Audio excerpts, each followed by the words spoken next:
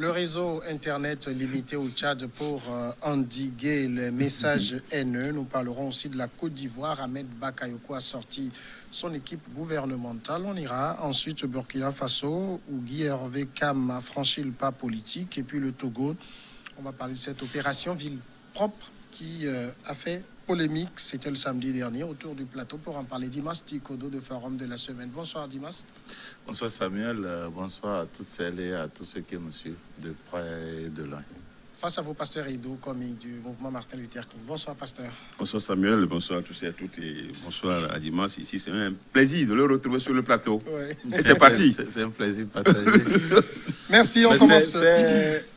Je le retrouve en tant que quoi? Je ne sais pas, un pasteur ou bien président du mouvement. Président du mouvement Martin Luther King. Ou bien conseiller municipal. Lequel? Bon, tout est confondu. Tout est mélangé. D'accord, le Tchad, pour commencer. Le débit des internautes tchadiens a été réduit pour éviter la propagation des messages haineux sur les réseaux sociaux. C'est ce qu'a affirmé lundi le ministre tchadien de la Communication. La diffusion de messages d'incitation à la haine et à la division a poussé le gouvernement à prendre cette mesure temporaire le 22 juillet qui sera levée d'un moment à l'autre. C'est contenté d'assurer le ministre Mahamat Zéné Chérif, porte-parole du gouvernement. Mais il faut dire que des responsables des télécoms tchadiens affirment sous couvert d'anonymat que cette décision est liée à la diffusion d'une vidéo où un officier tchadien, lors d'une altercation avec des mécaniciens le 14 juillet, tire à bout portant sur 2 d'entre eux avant d'être lui-même attaqué à l'arme blanche. Pasteur Edo, d'abord la mesure même, en tout cas la justification que donnent les autorités. On veut endiguer les messages haineux, donc on coupe Internet. Ça semble n'avoir aucun sens. Oui, non, mais au fait, on coupe l'Internet par rapport à quoi? Parce qu'il y a une raison qui est donnée par les politiques, par les dirigeants, les autorités tchadiennes. Mais par contre, il y a les responsables de communication qui estiment que il y a une vidéo qui a fait polémique, une vidéo dans laquelle un officier a tiré lors des altercations. C'est sous couvert d'anonymat. Hein. Sous couvert. Ça veut dire que c'est pas une déclaration. C'est vrai, sous couvert d'anonymat, ce n'est pas. Mais c'est quand même. Ça peut ne pas être vérifié. Mais souvent, on sait que dans nos pays. Le hasard de calendrier saisissant les deux choses. Non, mais on sait que dans la plupart dans nos pays, ça arrive où. On coupe l'Internet et quand on le coupe, c'est à dessein. On le coupe, c'est pour peut-être empêcher les internautes de pouvoir faire passer un message qui peut-être qui gênerait les autorités. Mais ici, en question, ce qui est quand même intéressant de savoir, c'est que on ne doit pas utiliser l'Internet pour des buts qui ne sont pas justifiés, en propageant des propos haineux. Ce n'est pas normal. L'Internet est à des fins qui doivent être justifiées, qui doit permettre à la société d'évoluer. C'est ça le but de l'Internet. Malheureusement, qu'on l'utilise pour propager des discours haineux, chasse à l'homme, de la division, de la chasse, pour diviser la société. Ce n'est pas, en principe, ce n'est pas l'objectif, le but poursuivi par l'Internet. Mais bon, c'est un couteau à double tranchant. Oui. Soit on l'utilise pour de bon, on l'utilise pour le mal. Et ici, les autorités, pour justifier la limitation, c'est le débit est limité, donc est réduit. Donc c'est pour dire qu'il y a des propos haineux. Donc il faut faire. Est-ce que par la suite, dès qu'on va augmenter le débit, est-ce que les propos haineux ne vont plus se poursuivre? Donc c'est un peu ça. Donc ce n'est pas la solution. Je crois qu'il fallait faire autrement que il faut plutôt sensibiliser les citoyens à ne pas utiliser l'Internet pour des propos haineux. Maintenant, limiter, et puis le jour où on va ouvrir le débit, ben, ça veut dire que on aura encore les mêmes problèmes. Donc ce n'est pas la solution, ce n'est pas encore ça. Dimas, généralement, les États ont recours à ce genre de pratiques. On se rappelle, le Togo l'avait fait il y a quelques années et a même été condamné tout récemment par la Cour de justice de la CEDEAO. Ce recours à ce genre de procédé-là, est-ce que les États comprennent que c'est aussi des violations d'un droit de liberté d'expression? Oui, si le droit devait amener droit dans le mur, dans l'anarchie, dans la décadence et dans la déchirure du tissu social, je pense que on peut la violer. On peut le violer plutôt entre guillemets, hein, si je le dis ainsi. Violer, bon, je ne sais pas, c'est pas dans le sens de vouloir faire du mal à qui que ce soit, mais c'est de repositionner tout le monde au sein de la société et de savoir que, quel que soit l'outil mis à la disposition de la société, il faudrait que cet outil soit utilisé dans un but de consolidation du souci social, dans un but d'apaisement, dans un but de développement. Et donc, on ne peut pas utiliser un outil d'information de façon anarchique parce qu'on pense qu'on est dans l'anonymat en se cachant derrière ses claviers dans ces 4 murs quelque part. Alors, on peut utiliser cet outil d'information à sa guise pour propager la haine, le tribalisme ou n'importe quoi. Vous savez, cet outil est un outil d'information, tout comme la presse, tout comme l'audiovisuel.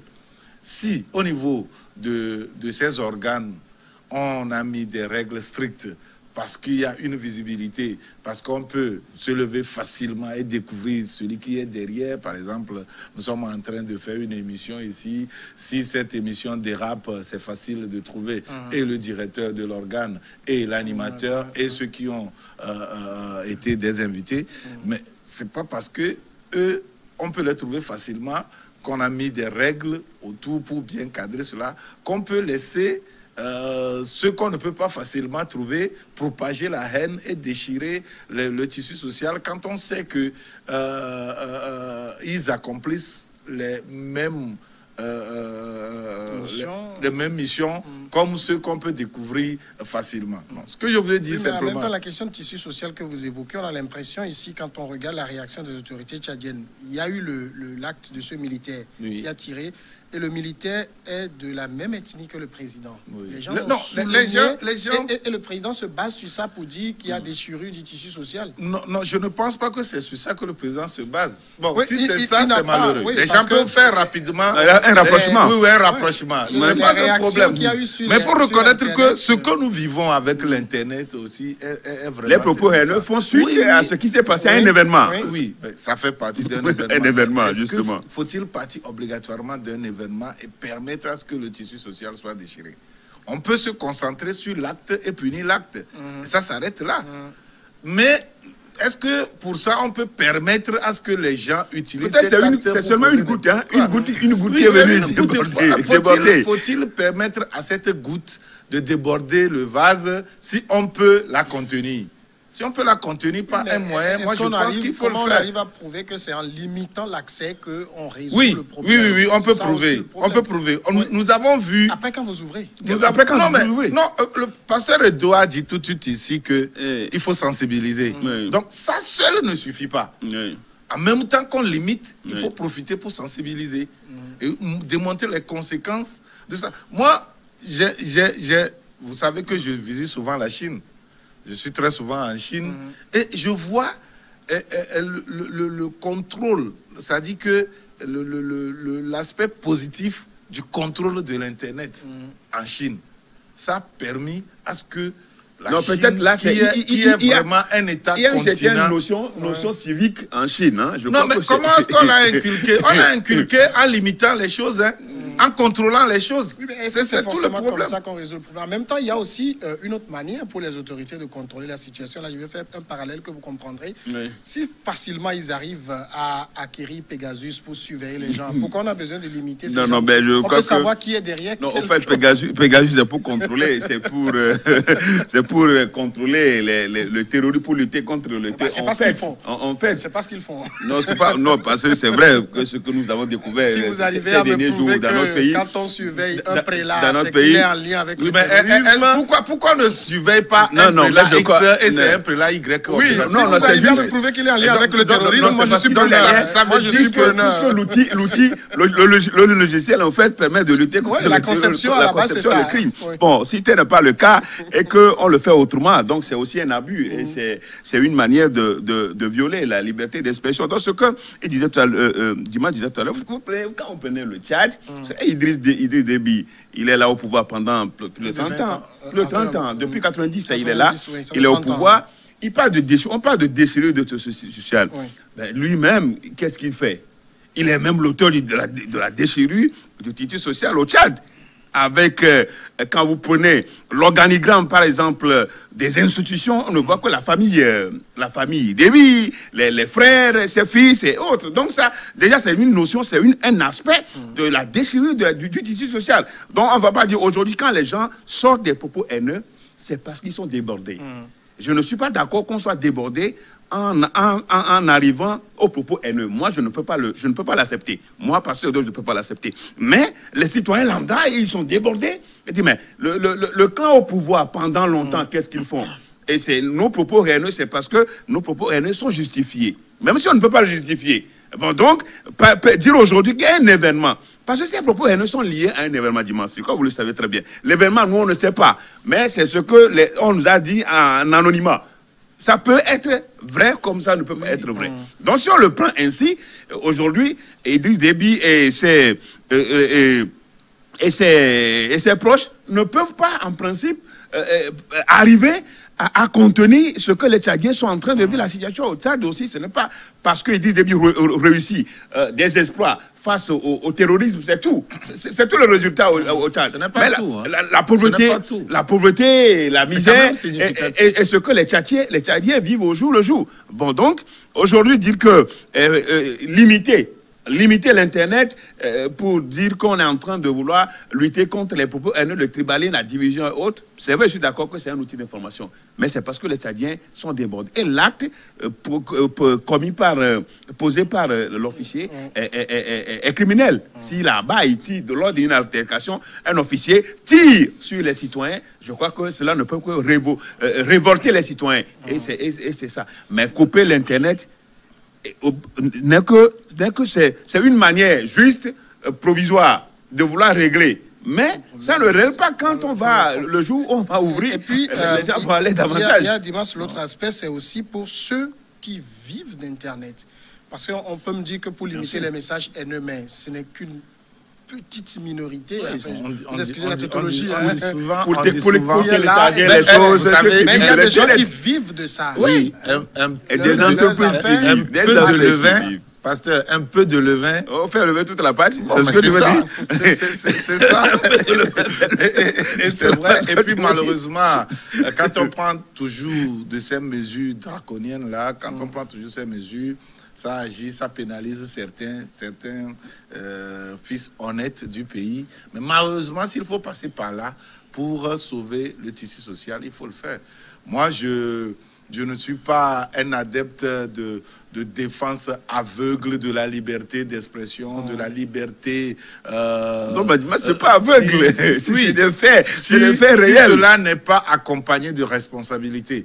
Pour moi, les libertés, chaque liberté qu'on jouit doit être accompagnée de responsabilité. Et si à un moment donné, Oui, mais les dis-moi, gens il faut peuvent se consommer, lever, il faut consommer de l'État. Il faut consommer de l'État. Les gens trouvent ces responsabilités. Au sommet de l'État, il n'y en a pas. Je ne refuse pas. Au sommet de l'État, il n'y en a pas. Quelles que soient les raisons, je pense qu'il va de la responsabilité des autorités de préserver le tissu social.